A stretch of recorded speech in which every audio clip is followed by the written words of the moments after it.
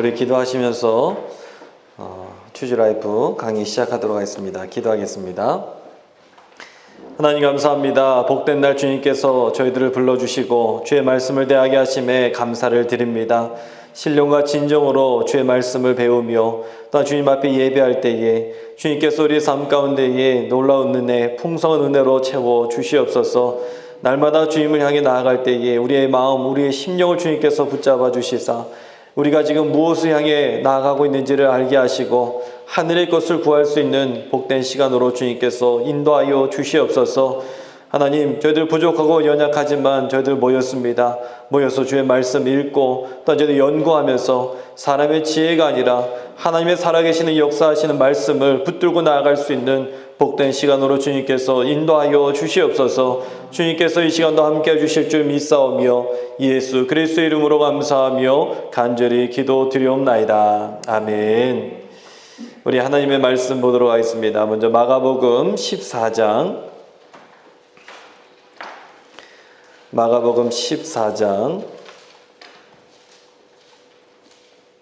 3절부터 9절까지 말씀, 마가복음 14장 3절부터 9절까지 말씀입니다. 자진 성경으로는 신약성경 79면 전후에 있습니다. 우리 말씀을 다 함께 3절부터 9절까지 한 달락을 읽도록 하겠습니다. 예수께서 베다니 나병 환자 시몬의 집에서 식사하실 때에 한 여자가 매우 값진 향유 곧 순전한 나드 한 옥합을 가지고 와서 그 옥합을 깨뜨려 예수의 머리에 부으니 어떤 사람들이 화를 내어 서로 말하되 어찌하여 이 향유를 허비하는가? 이 향유를 300데나리온 이상에 팔아 가난한 자들에게 줄 수 있었겠도다 하며 그 여자를 책망하는지라. 예수께서 이르시되 가만두라. 너희가 어찌하여 그를 괴롭게 하느냐? 그가 내게 좋은 일을 하였느니라. 가난한 자들은 항상 너희와 함께 있으니 아무 때라도 원하는 대로 도울 수 있거니와 나는 너희와 항상 함께 있지 아니하리라. 그는 힘을 다하여 내 몸에 향유를 부어 내 장례를 미리 준비하였느니라. 내가 진실로 너희에게 이르노니 온 천하에 어디서든지 복음이 전파되는 곳에는 이 여자가 행한 일도 말하여 그를 기억하리라 하시니라. 아멘. 할렐루야. 오늘 말씀을 통해서 우리가 하나님의 은혜를 다시 한번 깨닫는 복된 시간 되시길 간절히 축원합니다. 우리 전우자분들에게 인사하도록 하겠습니다. 반갑습니다. 잘 오셨습니다. 예, 인사하도록 하겠습니다. 어제가 한글날이었죠. 예, 어제가 한글날이고 저는 미처 몰랐습니다. 토요일날 한글날이면 월요일날 또 대체공휴일이라는 거를 제가 몰랐습니다. 그랬더니 월요일날도 또 대체공휴일이고 쉬는 날이 참 많은 것 같습니다. 제가 말씀을 이렇게 같이 읽고 대하면서 늘 어느 부분에 이제 초점을 두느냐 하면 이 말씀이 어디에서 이루어지고 있는가, 이 장소와 시간, 요 두 가지 사실을 좀 기억을 하신다면 아니면 좀 유익 있게 좀 보신다면 성경의 말씀을 읽을 때 더 풍성하게 아마 읽으실 수 있을 것 같아요. 그리고 저는 여기 이제 육하원칙을 많이 붙이거든요. 이 사건이 언제, 어디서, 누가, 어떻게, 왜 이런 일들이 벌어지게 됐는가, 그런 이야기들을 이렇게 끊임없이 생각을 하면서 말씀을 읽다 보면 더 풍성한 은혜를 누리게 됩니다. 뭐 단적으로 오늘 담임 목사님 말씀을 제가 들으면서 저 바울과 누구였죠? 실라가 감옥에 갇히게 되었어요. 기도했습니다. 그런데 지진이 나요. 그리고 발에 있었던 그 착고, 뭐라고 그럴까요? 이 수갑 같은 거, 그게 이제 풀어져요. 저는 이 말씀을 읽으면서 도대체 이게 개연성이 있는가? 지진이 났을 때 옥터 문이 흔들려서 문이 열리는 것까지는 이해가 되겠는데 이 수갑이 벗겨지는 건 이건 뭐라고 설명할 것인가? 그런 것들을 생각을 하게 되더라고요. 그러면서 야, 이거는 진짜 하나님께서 하신 일이다. 그렇게밖에 볼 수 없습니다. 그러니까는 그 감옥이라는 그런 장소와 그리고 그런 제한적인 일들 가운데에 하나님께서 어떻게 역사하시는가, 그런 것들을 제가 보게 되고요. 그리고 오늘 보실 말씀, 사실 마리아에 대한 기름 부음에 대한 건데요. 사실 마리아에 대한 것도 한 곳만 나오지 다른 곳에서는 그냥 여인이라고만 그렇게 표현을 하고 있습니다. 요것과 함께 더불어 보려고 했던 게 있는데 그건 사실 제가 준비를 못했어요. 그게 뭐냐면 오병이어의 기적입니다. 이 기적 이야기가 말씀 가운데 굉장히 중요해요. 왜 중요하냐면 사복음서에 다 등장하기 때문에, 그리고 오늘 보려고 하는 말씀도 사복음서에 다 등장하기 때문에 이 두 가지 사건은 성경에서 굉장히 중요한 사건입니다. 하나님의 어떤 아들로서 예수 그리스도의 신적인 능력들이 나타나는 그러한 일들이 오병이어에 등장하고 있는데, 말씀드린 대로 마태복음은 유대인의 복음이었고 산을 배경으로 많이 한다고 제가 말씀을 드렸던 기억이 납니다. 그런데 오병이어에 있어서는 산에서 이루어진 사건이 아니라 뭐라고 얘기하냐면 빈들이다라고 이야기를 하고 있어요. 저는 이 말씀을 읽으면서 참 재밌다. 어떻게 이렇게 재밌을 수가 있을까? 그리고 대신에 산이라고 표현하고 있는 데는 어디냐면 요한복음입니다. 그러면 왜 마태에서 주로 산에 대한 이야기를 하고 있는데 왜 마태복음에서 빈들이라고 얘기하고 요한복음에서는 오히려 산이라고 표현을 하고 있을까? 한번 찾아보세요. 그 말씀을 보시면 그런 내용들이 있는 것을 보게 됩니다. 한번 볼까요? 마태복음 14장 한번 보실까요? 마태복음 14장 13절 말씀. 누가 찾으셨으면 가서 한번 읽으실까요? 예수께서 들으시고 배를 타고 떠나사 따로 빈들에 가시니 무리가 듣고 여러 고을로부터 걸어서 따라간지라. 예수께서 들으시고 배를 타고 떠나사 따로 빈들에 가시니 무리가 듣고 여러 고을로부터 걸어서 따라간지라 라고 말씀하고 있습니다. 그리고 또 요한복음 6장 한번 보실까요? 요한복음 6장 1절의 말씀. 마가복음을 안 보는 이유가 마태복음하고 비슷합니다. 마가복음 6장 3절 말씀, 6장 3절 말씀 한번 읽어주시겠어요? 아멘. 여기서 보면 예수께서 산에 오르사 제자들과 함께 거기 앉으시니라고 이야기하고 있습니다. 지금 분명히 장소가 같은 장소인데도 불구하고 요한은 산이라고 봤고 그리고 마태는 빈들이라고 봤어요.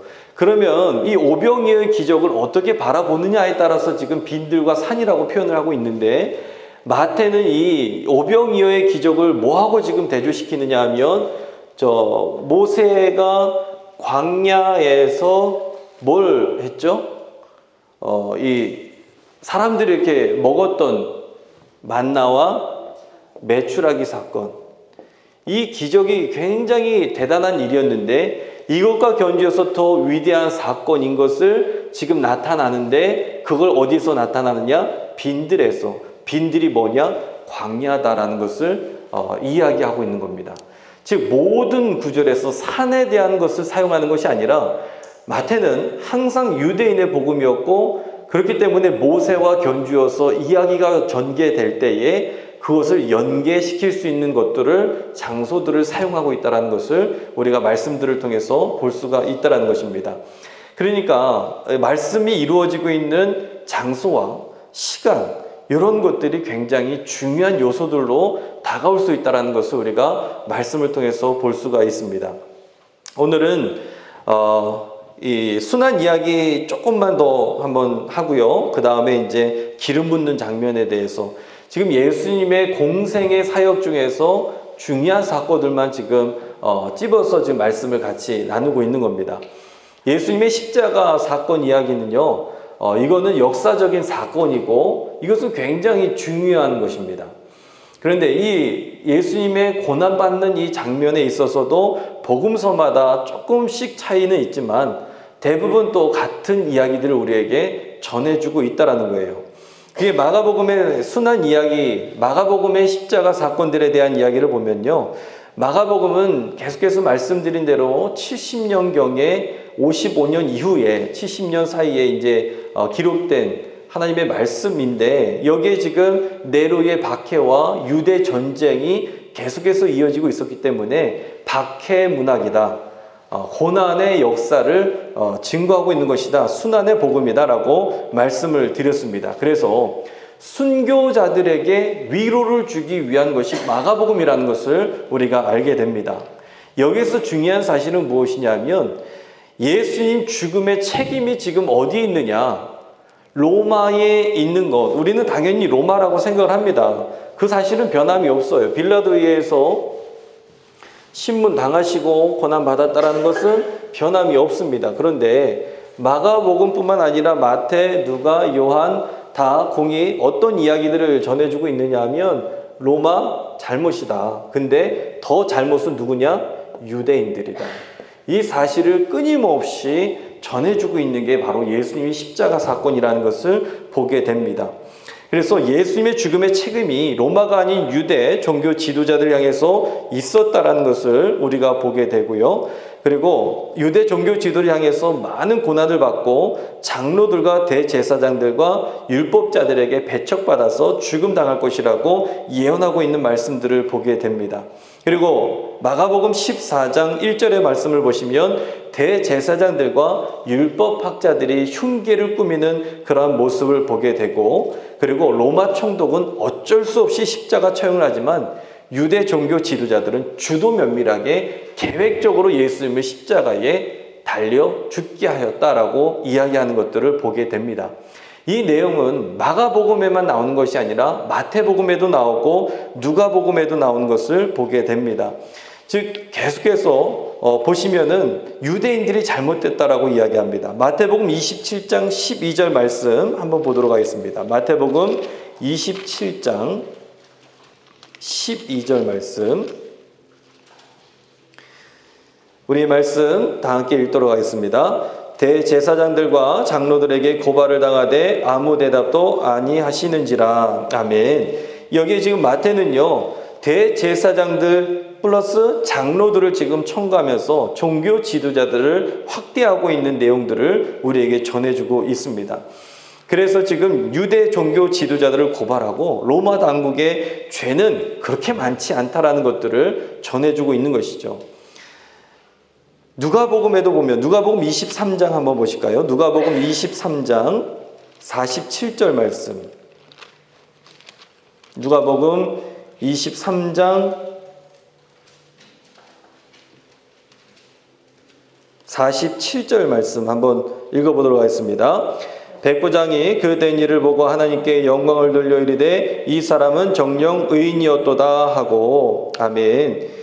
이 이야기가 지금 누구의 이야기냐면 지금 빌라도에 대한 것들도 그렇고요, 누가복음도 그렇고, 빌라도가 사실 굉장히 큰일 하지 않았습니까?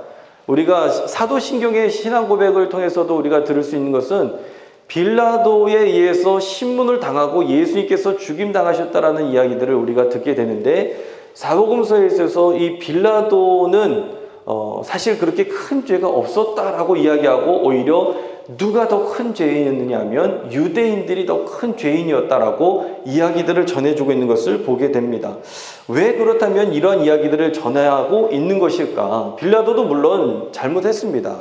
잘못했지만 복음서가 처해 있는 그런 상황은 어떤 상황이었느냐 하면 로마의 통치 시대였고, 로마 통치 시대 가운데에서도 지금 주후 70년, 100년 이 당시의 복음을 어쨌든 전해야 됐습니다. 예수 그리스도께서 십자가에 달려 돌아가셨는데 남겨져 있는 자들에게는 있어서 중요한 것은 무엇이냐면 복음을 전하는 일들이 굉장히 중요했다는 거예요. 그런데 그 당시에 당국의 지배와 감시와 역량이 굉장히 중요했다는 거예요. 복음을 전해야 되는데 계속해서 핍박적인 상황과 복음을 전하지 못하게 되는 상황이 벌어지고 있는 상황 가운데에 지금 이들에 있어서 로마에 대한 이 배신감이라든지 로마에 대한 잘못이라든지 이것도 컸지만 사실은 유대인들에 대한 잘못을 더 많이 지적하고, 그러는 반면에 로마에 있어서는 약간 좀 옹호하는 듯한 그러한 내용들이 복음서에 많이 기록되어 있다는 것을 우리는 말씀들을 통해서 볼 수가 있다는 것입니다. 즉 무엇이 중요하느냐 하면 복음이 중요한 것이었습니다. 저는 이 복음서마다 기자들마다 지금 조금씩 다르게 표현되고 또 어떤 데는 또 같게 표현되어 있는 가장 중요한 요소는 무엇이냐면 복음이라는 겁니다. 내가 복음을 전하고 증거해야 되는데 그것이 가로막히면 안 되기 때문에 지금 그러한 역할들을 이 제자들이 감당하고 있다는 것이죠. 그 가운데 오늘 말씀을 보시면은 이 오병이어 사건과 함께 굉장히 중요하게 나오는 이 기름 붓는 사건을 우리가 볼 수가 있습니다. 네 복음서에, 사복음서에 다 기록되어 있는 말씀이기 때문에 굉장히 중요합니다. 먼저 마가복음에 보시면요, 지금 이 기름 붓는 장면을 통해서 우리가 볼 수 있는 것은 무엇이냐면 각 복음서마다 여성들에 대해서 어떻게 지금 말씀을 증거하고 있는지 그것을 우리가 살펴볼 수가 있습니다.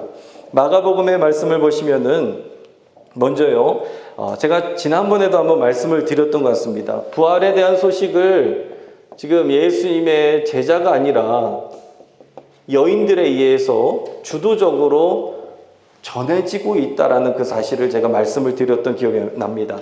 한번 보겠습니다. 마가복음 16장 8절입니다. 마가복음 16장 8절. 찾으셨으면 누가 한번 빨리 읽어주실까요? 마가복음 16장 8절. 여자들의 몹시 놀라 떨며 나와 무덤에서 도망하고 무서워하여 아무에게 아무 말도 하지 못하더라. 아멘. 지금 여자들이 몹시 놀라 떨며 나와 무덤에서 도망하고 무서워하여 아무에게 아무 말도 하지 못하더라라고 이야기하고 있는 것을 보게 됩니다. 즉 부활에 대한 소식이 여인들에게, 제자들이 아니라 여인들에게 먼저 전파되었다라는 이야기를 우리에게 전해주고 있고요. 마태에 가면은 그 부활에 대한 소식을 직접 예수님을 만난 것도 여인이 먼저 만나고 있다라는 것을 우리가 볼 수가 있습니다. 즉 마가복음에 있어서 우리가 당시의 여성은요, 많이 우리가 성경 말씀 가운데에 듣지만 그렇게 큰 비중을 차지하지 않습니다. 여성, 어린아이, 고아, 과부 다 모두가 약자에 대한 이야기를 전해주고 있는데 여성이 성경 말씀 가운데 중요한 위치를 차지하지 하고 있지 않지만 오늘 말씀 가운데에 복음서에 보면은 또 그렇지만도 않다는 것을 보게 됩니다. 여성에 대해서 긍정적으로 묘사를 하고 있는 것 중에 하나가 바로 예수님의 십자가 사건 그리고 부활에 대한 소식을 여인들이 가장 먼저 듣고 전하게 되었다라는 이야기들을 우리가 복음서를 통해서 보게 되죠. 그리고 또 우리가 볼 수 있는 것은요, 마가복음에 보시면 제일 먼저 등장하는 이 여인이 있는데 그 여인이 누구냐 하면 베드로의 장모라는 것을 우리가 말씀을 통해서 볼 수가 있습니다. 한번 말씀을 통해서 한번 보도록 하겠습니다. 마가복음 1장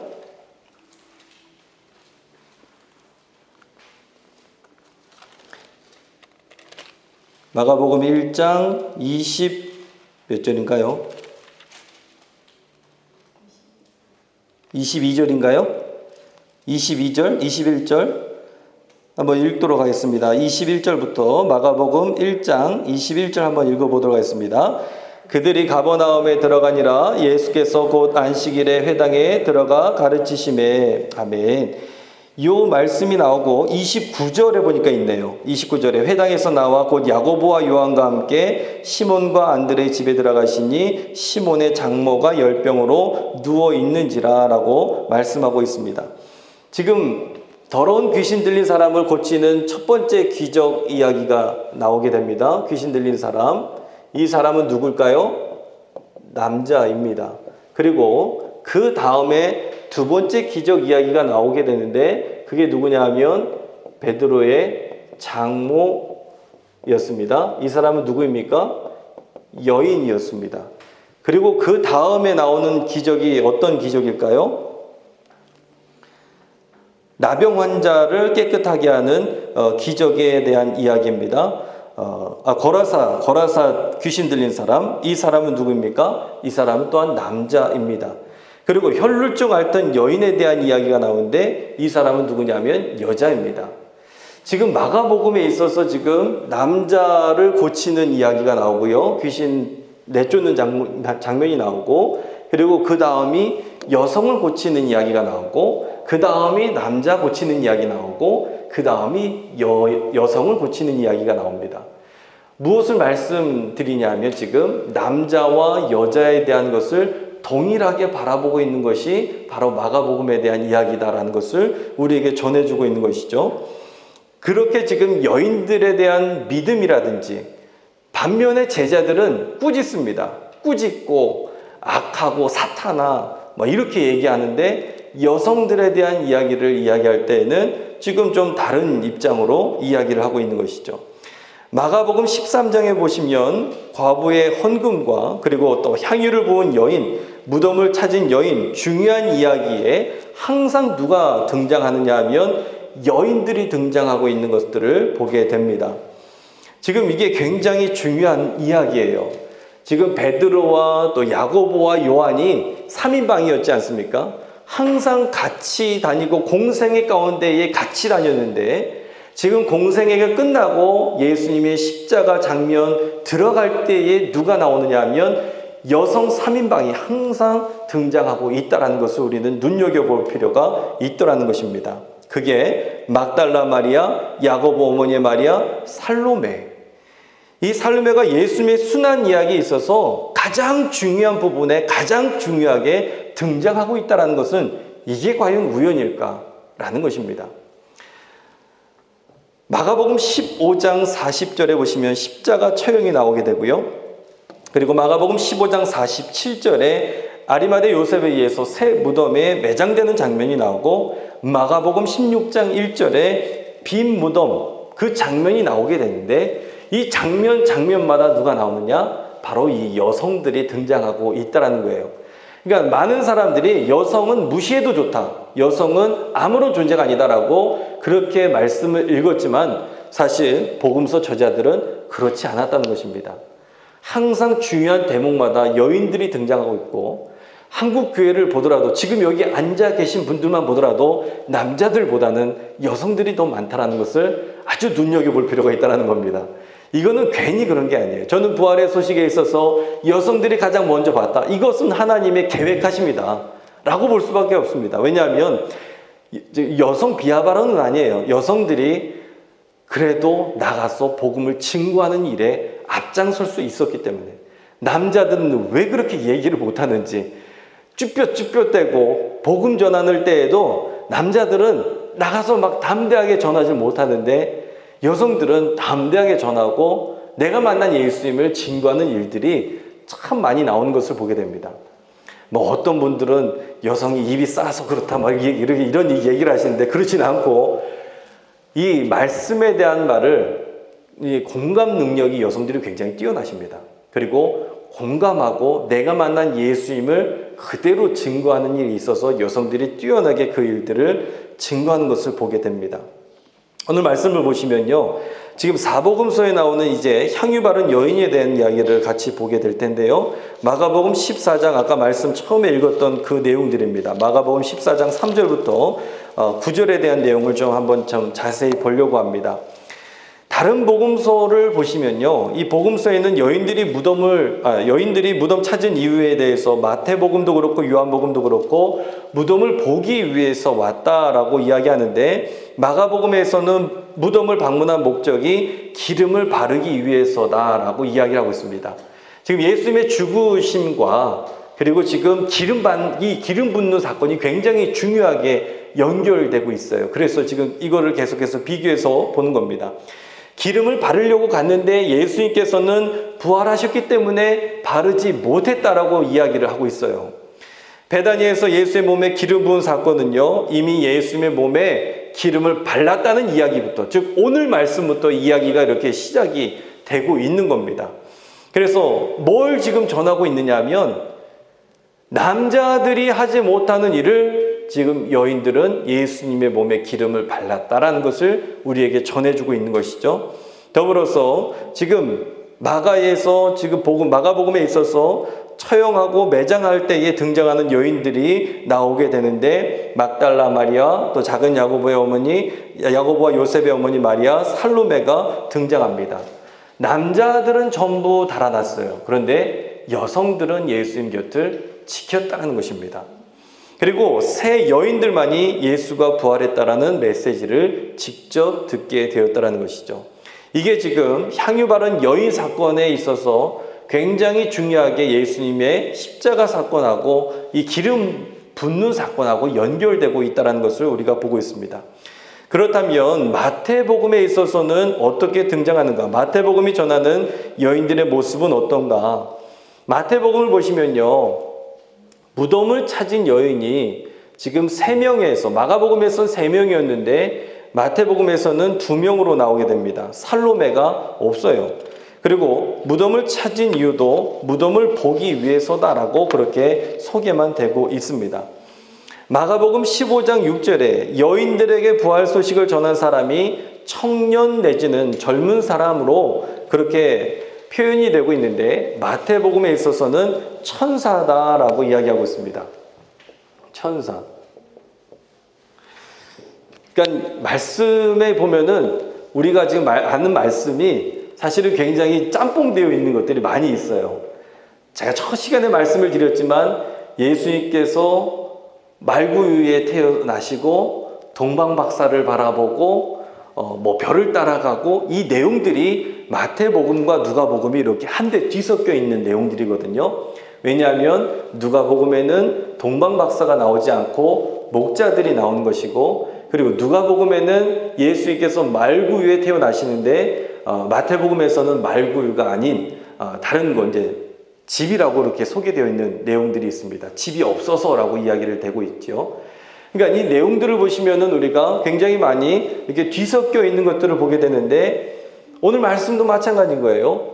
우리가 천사가 가서 알려주었다라고 우리는 마태복음에서 이제 들었는데 마가복음에서는 또 청년이 나오는 그런 내용들도 우리는 보게 됩니다. 즉 마태복음만이 직접 부활의 주님을 만났고요. 그리고 마가에는 소식만 전해 들었고 누가복음에도 여러 여인들이 소식만 전해 들었습니다. 즉 마태복음에서 천사에 대한 이야기를 하고 있는 이유는 무엇이냐면 계속해서 말씀을 드리지만 구약적인 용어와 요소들이 이 안에 담겨 있고, 그리고 예수님께서 부활하신 사건은 틀림없는 사실이다. 이것을 굉장히 강조하고 있는 것을 마태복음서를 통해서 우리가 볼 수가 있다는 것입니다. 부활장이라고 이야기하는 고린도전서 15장에 보시면은 부활을 목격한 사람들의 명단이 나오게 돼요. 그런데 그 중에 가장 먼저 나오는 사람이 누구였느냐면 베드로였습니다. 게바에게 보이고 12제자에게 보이고 만삭되지 못한 나에게도 마지막에 보여주셨다라고 이야기하면서 그 당시의 이름의 순서는 곧 무엇이었느냐면 이 서열은요, 권위에 대한 상징, 권위에 대한 이 순서를 우리에게 말해주고 있는 거예요. 그런데 지금 마태복음에서 부활의 몸을 보이신 것이 게바가 아니라 여인들이다라고 마태복음엔 이야기하고 있고, 더 나아가서 마태복음에는요, 이 여인들이 예수님이 직접 만졌다라고까지 이야기를 하고 있습니다. 어디 나오느냐? 마태복음 28장 9절의 말씀 한번 찾아서 읽도록 하겠습니다. 마태복음 28장 9절의 말씀 우리 다 함께 읽어보도록 하겠습니다. 예수께서 그들을 만나 이르시되 평안하냐 하시거늘 여자들이 나아가 그 발을 붙잡고 경배하였다라고 이야기하고 있습니다. 지금 이 여인들만이 예수님을 붙잡은 거예요. 예수님을 만진 거예요. 12제자 누구도 예수님을 만진 사건이 없습니다. 예수님께서 부활하시고 난 다음에. 그런데 지금 이 여인이 가장 먼저 여인들이 예수님의 발을 붙잡았다, 만졌다라고 이야기를 하고 있다는 것이죠. 그만큼 지금 마태복음에 있어서도 여인들에 있어서 굉장히 중요한 역할을 차지하고 있는 것들을 보게 됩니다. 그렇다면 누가복음은 어떤가라는 거예요. 누가복음은 뭐 말할 것도 없습니다. 누가복음에 보시면은 굉장히 여인들에 대한 이야기를 많이 이야기하는 것들을 보게 되거든요. 제가 이 예수님의 공생의 뒷부분 한번 보실까요? 나눠드린 프리즘을 보시면 뒷부분 조금 더 추가한 게 있어요. 공생의 3년차 부분에 이제 후반기 사역에 대해서 70인 파송과 또 이 부분들이 더 추가가 됐고, 마지막 사역 부분에 있어서 장소와 함께 요일별로 정리가 되어 있는 것을 보게 됩니다. 그 중에서 지금 이 혈루증 앓던 여인에 대한 이야기를 보시면요, 예수님께서 이 땅에 오신 목적을 가장 잘 드러내는 게 어떤 내용이냐면 바로 이 혈루증 앓던 여인에 대한 이야기입니다.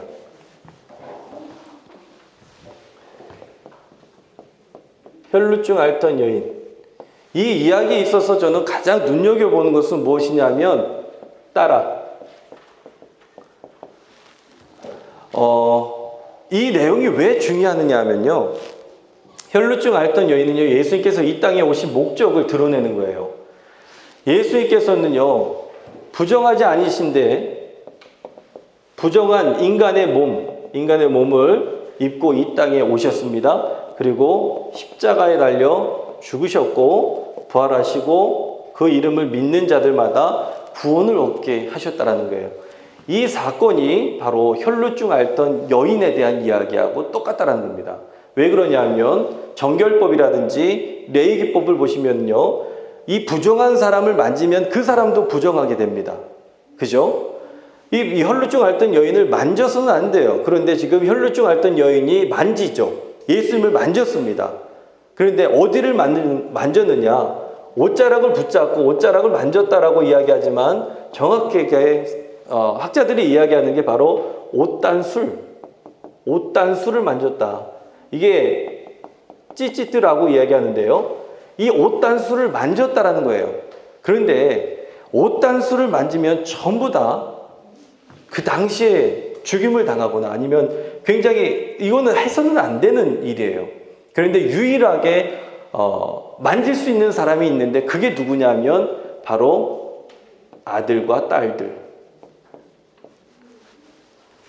즉 그러면서 지금 혈루증 앓던 여인의 이야기에 있어서 이 여인을 가리켜서 뭐라고 얘기하냐면 딸아라고 이야기합니다. 딸아. 그러면서 이 여인은 용서받은 거예요. 괜찮은 거예요.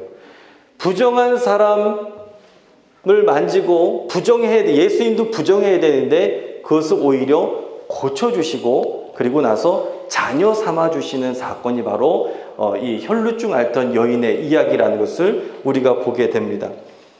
이게 바로 예수님께서 오신 목적에 대한 이야기라는 것을 우리가 보게 됩니다. 뿐만 아니라 지금 누가복음에는요, 다른 복음서에도 그렇지만 누가복음에서에는 여인에 대한 이야기가 굉장히 많이 등장하는 것을 보게 됩니다. 뭐 단적으로 들면은 18년 동안 허리가 굽은 여인에 대한 이야기도 바로 그런 이야기가 되고요. 누가복음은 계속해서 여인과 고아와 과부에 대해서 우호적이고 변호하는 그런 이야기들을 우리에게 전해주고 있습니다. 그 가운데에 누가복음에서 지금 전하고 있는 이 기름 붓는 내용을 보시면요, 누가복음에 있어서는요, 이 기름 붓는 여인이 있는데 이 기름을 붓고 자신이 머리카락으로 닦았다라는 이야기까지 우리에게 전해주고 있다는 것입니다. 그러니까 기름을 붓는 것뿐만 아니라 머리카락으로 닦았다. 그런데 다른 복음서에서는 그 내용이 나오지가 않습니다. 이게 굉장히 중요합니다. 그리고 누가복음에 보시면 이 사건이 일어난 곳이 어디냐면 베다니가 아니라 갈릴리라는 것을 우리가 보게 되고요. 또 마가복음이나 마태에 의하면 예수님을 만찬에 초대한 사람이 문둥이 시몬이지만 누가복음에는 시몬이고 바리새인이라고 표현되어 있는 것을 보게 됩니다. 그 차이점들이 있어요. 요한복음 12장 3절에 보시면 마리아가 기름을 붓게 되는데 공관복음서 우리가 말씀을 보면은 그 내용이 나오지 않습니다. 요한복음 12장 3절의 말씀을 한번 찾아서 보도록 하겠습니다. 요한복음 12장 3절. 누가 찾아서 읽어주실까요? 마리아는 지극히 비싼 향유 곧 순전한 나드 한 근을 가져다가 예수의 발에 붓고 자기 머릿돌로 그의 발을 닦으나 향유 냄새가 집에 가득하더라. 아멘. 이 말씀을 보시면은 마리아라는 지금 이름이 구체적으로 등장을 하고 있어요. 그런데 다른 세 복음서에 보면은 마리아라는 이름이 나오지가 않습니다. 마태와 마가와 요한에서는 기름 부은 사건이 예수님 이제 십자가 달려 돌아가시는 그런 사건 직전인데, 누가복음을 보시면은 갈릴리 활동 중에 일어난 사건으로 묘사되어 있는 것들을 보게 되고요. 그리고 누가복음에는 여인의 행동에 반대가 시몬으로부터 나오는데, 요한은 가룟 유다가, 또 마태에는 제자들이, 마가에는 어떤 사람들이 반대하고 있다라는 것을 우리가 말씀을 통해서 보게 됩니다. 보면요, 요한복음 12장 4절에 보시면 제자 중 하나로서 예수를 잡아줄 가룟 유다가 말하게 됩니다. 이 향유를 어찌하여 300데나리온에 팔아 가난한 자들에게 주지 아니하느냐라고 이야기하는 것을 보게 되죠. 즉, 이 행동에 대해서 반대하는 사람들이 지금 전부 다르게 나오는 것을 우리가 볼 수가 있습니다.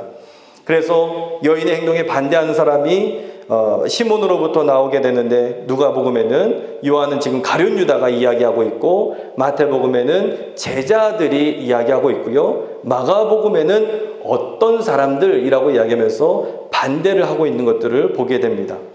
이 누가복음을 보시면은 여인의 죄 많음으로 반대하는데, 다른 세 복음서에서는 여인이 사용한 비싼 것 때문에 그 이유를 지금 잡고 있는 것을 보게 되고요. 그리고 누가복음에 나오는 기름 부은 여인 이야기의 핵심은 우리가 무엇이냐면, 지금 예수님과 여인 간의 상호작용, 이 내용이 아니라는 것을 우리는 볼 수가 있습니다. 즉, 이 누가복음에 있어서 나오는 이야기의 핵심은 무엇이냐면, 예수님과 지금 시몬에 대한 이야기라는 것을 우리가 볼 수가 있다는 거예요. 무슨 내용이냐면, 즉 시몬을 중심으로 예수님과 여인의 이야기를 하는 게 아니라 여인을 두고 예수님과 시몬의 이야기를 하고 있다는 거예요. 문제의 초점이 이 여인을 두고 예수와 시몬이 어떻게 바라보고 있는지, 바로 그것에 대한 내용이죠. 누가복음 7장 44절에 보면 그 단서를 보게 됩니다. 내가 이 여인을 어떻게 보느냐. 극단적으로 얘기하면 39절에 시몬이 이 여인에 대해서 잘못된 인식을 갖고 있습니다. 이것은 시몬이 예수님을 어떻게 바라보는가에 대한 이야기라는 거예요. 시몬은 그 여인이 죄인이라고 봅니다. 그리고 예수님이 선지자가 아니다라는 인식을 이야기해 주는 거예요. 그런데 예수님께서는요, 여인을 죄인으로 본 것도 아니었고 큰 사랑을 보여준 용서받은 여인으로 보고 있다라는 것입니다. 이게 바로 누가복음의 관점이라는 거예요. 그러니까 누가복음은 계속해서 여성을 굉장히 존대하고 그리고 높이고 있는 말씀들을 우리가 볼 수가 있습니다. 마지막에 보시면 요한복음이 나오게 됩니다. 요한복음에서는 그렇다면 여성을 어떻게 이야기하고 어떻게 대하고 있는가? 첫 기적 이야기를 보시면은 우리가 가나 혼인 잔치 이야기를 볼 수가 있습니다. 거기에 등장하는 사람이 누가 있습니까? 네, 어머니 마리아가 있습니다. 그리고 이 마지막에 나오는 그 등장인물도 바로 여인입니다. 즉, 첫 기적 이야기에서 예수님의 어머니 마리아가 나오게 되고요, 마지막 등장에서도 여인들이 등장하는 것들을 보게 됩니다. 사마리아 여인을 예수님께서 만나시게 되죠. 그런데 이 여인을 똑같은 사람으로 대하고 있는 내용을 우리는 볼 수가 있습니다.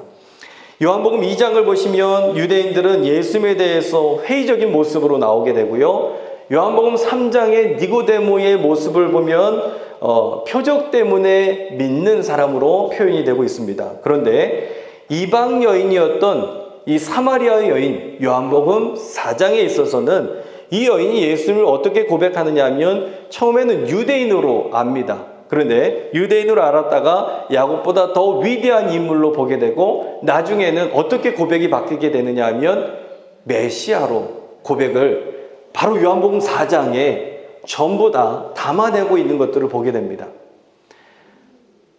요한복음 3장에 아까 누구 나온다고 그랬죠? 예, 니고데모가 나와요. 니고데모는 요한복음에 총 3번 등장하게 됩니다. 요한복음 3장에 나오고 7장에 나오고 21장이던가요? 나오게 됩니다. 예수님이 십자가 달려 죽으시고 나서 장사 지낼 때 한번 나오게 됩니다. 그런데 이렇게 지금 바뀌게 돼요. 처음에는 아무것도 몰랐습니다. 영적인 관심만 있었어요. 그런데 표정만 보면서 좋아했던 사람이었습니다. 그런데 7장에 있어서는 예수님을 변호하기 시작합니다. 그리고 마지막에 있어서는 이제는 완전히 바뀌어서 예수님의 장례를 아주 정성스럽게 준비하는 사람으로 바뀌게 되죠. 그런데 이것과 대조적으로 이 사마리아 여인은 요한복음 4장에서 모든 것들을 다 행하고 있습니다. 처음에는 유대인으로 알았다가, 그 다음에는 야곱보다 위대한 분으로 알았다가, 그 다음에는 완전히 메시아로 고백하고 있는, 이게 바로 요한복음에서 나오는 여성에 대한 이야기라는 것을 우리는 들을 수가 있다는 것이죠. 그리고 예수님 향유 부은 사건에 있어서도 다른 복음서에 있어서는 이름이 나오지 않는데 여기에 있어서는 마리아라고 이름이 나오고 있는 것을 우리는 보게 됩니다. 그리고 예수님의 머리가 아닌 발에 붓는 장면으로 나오게 됐죠. 우리는 그동안 머리에 부었다라고만 알고 있었는데 지금 요한복음을 보시면 발에 부었다라고 이야기를 하고 있는 거예요. 이게 굉장히 또 중요하죠. 왜 그러냐면 이게 요한복음 13장하고 연결이 되고 있는 거예요. 요한복음 13장 말씀을 보시면요. 요한복음 13장 한번 보도록 하겠습니다. 13장 5절의 말씀 한번 보도록 하겠습니다.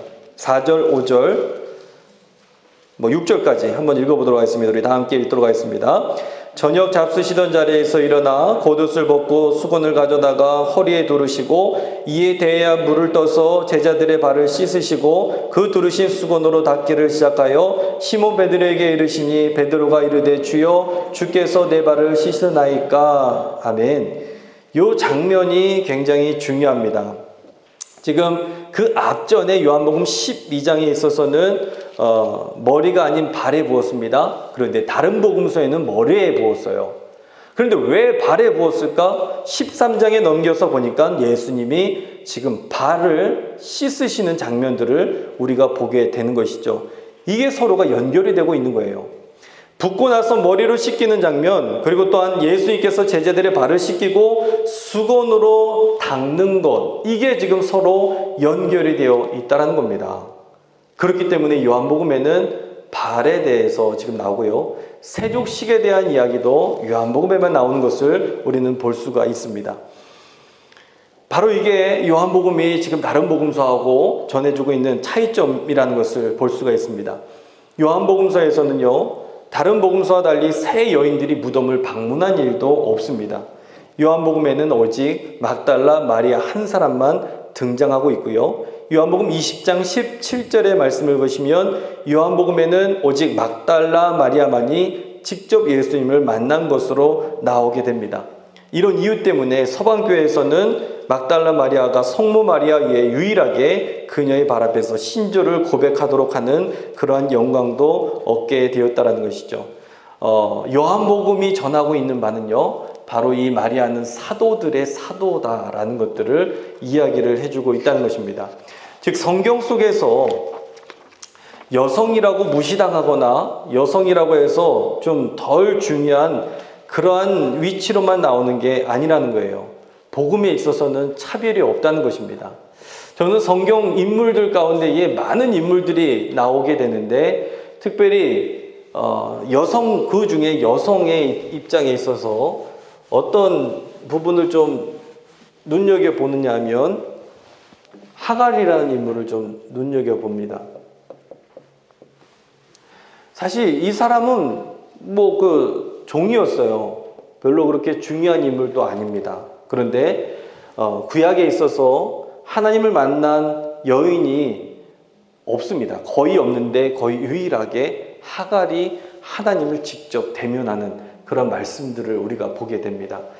저는 이 말씀을 보면서 여인이라고 해서 무시당하거나 어떤 그런 부차적인 그러한 존재가 아니라 그 구약 시대에도 그렇고 신약 시대에도 그렇고 하나님의 역사 가운데에 항상 등장하는 인물들을 보면은 강하고 힘센 사람이 아니라 연약하고 때로는 힘없고 말하지 못하고 그러한 위치에 있었던 사람들을 하나님께서는 이렇게 높여주시는 그런 모습들을 보게 됩니다.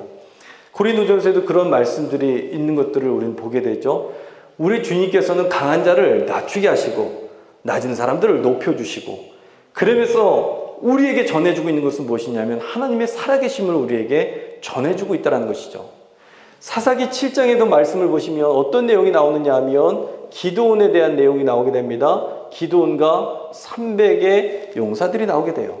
그런데 300명이 물을 떠먹는 자세를 보면서 300명을 뽑았는데, 이 사람들이 근면성실하고 전투에 임하는 자세가 뛰어나서 한 손에는 창을 들고 한 손에는 물을 먹고, 이래서 이 300명이 뽑혔느냐? 이 사람들이 그래서 뽑혔다라고 생각할 수 있지만 그게 아니라는 거예요.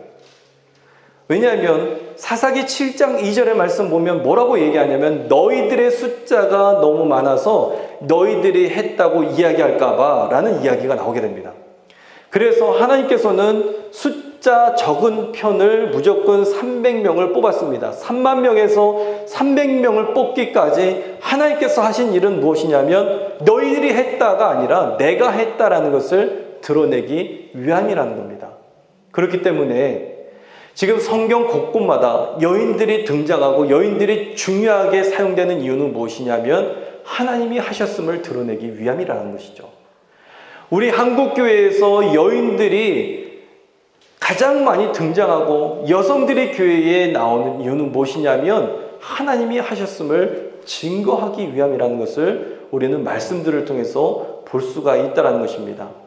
우리가 사사기에 또 보면은 어떤 인물이 나오느냐면 드보라라는 인물이 나와요. 이 사람의 이름은요, 꿀벌이라는 뜻이에요.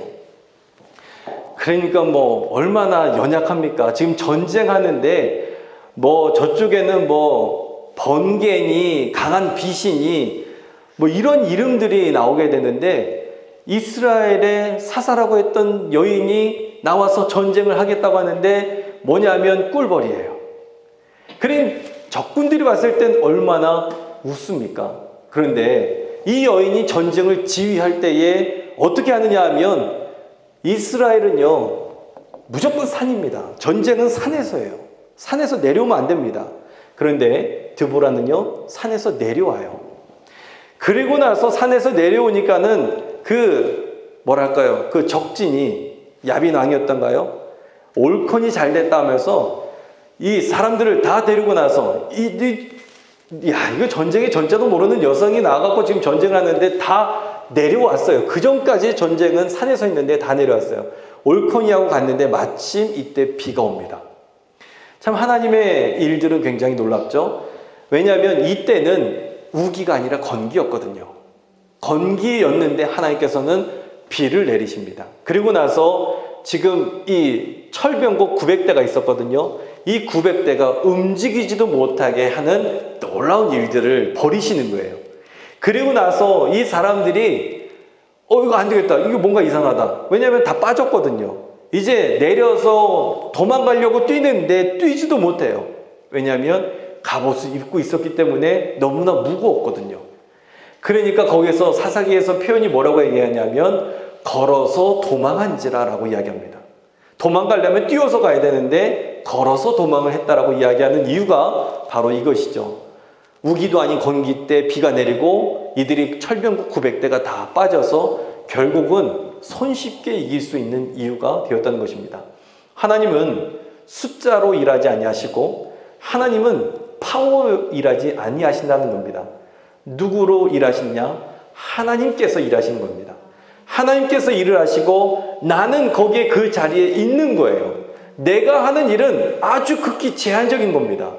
그랬을 때 하나님께서는 우리를 통해서 일하시고 또 우리를 통해서 하나님의 구원의 역사를 이루어 가신다는 것을 우리가 보게 됩니다. 저는 이 말씀을 붙잡으시고 우리가 특별히 지금 총력 전도를 하고 있는데요. 총력 전도 가운데에서도 얼마를 전도했느냐 이게 아니라 내가 그 현장 가운데 때로는 기도의 자리 가운데 때로는 거기에 교회에 있으면서 하나님 나는 전도 못했는데요. 그래도 한 영혼을 내가 품고 기도합니다. 그 마음만 품고 나가셔도 주님께서는 이미 사람들을 보내주고 계시는 줄로 믿습니다. 여러분들 하나님의 구원의 역사를 그렇게 믿음으로 받아들이시고 순종하면서 나가시길 간절히 부탁을 드립니다. 기도하겠습니다. 하나님 감사합니다. 주님께서 우리를 이곳으로 불러주셔서 하나님께서 어떻게 일하시는지 저 구약에서 또 신약에서 여성들에 대한 이야기를 듣게 됨에 감사를 드립니다. 나는 아무것도 아니라고 생각했던 우리들처럼 그 여인들도 마찬가지였지만 하나님께서 놀랍게 사용하시고 하나님 저희들 구원의 도구로 저희들 사용하신다는 것을 또한 보게 하심에 감사합니다. 저희들도 마찬가지입니다. 부족하고 연약하고 힘이 없으며 능력이 없지만 그럼에도 불구하고 이 마음만큼은 누구보다도 사모하게 하여 주시고 간절하게 하여 주셔서 마음이 있을 때에 주님께서 역사하시는 놀라운 일들을 우리도 볼 수 있도록 주께서 도우시고 인도하여 주시옵소서. 주님께서 우리와 함께 일하심을 우리의 삶에서 고백되게 하여 주시고 내 인생이 지금 무엇을 붙잡고 살아가고 있는지를 다시 한번 깨닫는 시간으로 주님께서 삼아 주시옵소서. 다시 만날 때까지 주의 의로운 장정 가운데에 품어 안아 주실 줄 믿사오며 예수 그리스도의 이름으로 감사하며 간절히 기도드리옵나이다. 아멘. 하늘에 계신 우리 아버지여, 이름이 거룩히 여김을 받으시오며 나라의 마옵시며 뜻이 하늘에서 이루어진 것 같이 땅에서도 이루어지이다. 오늘날 우리에게 일용할 양식을 주옵시고 우리를 사하여 주옵시며 우리를 시험에 들게 하지 마옵시고 다만 악에서 구하옵소서. 대개 나라와 권세와 영광이 아버지께 영원히 있사옵나이다. 아멘.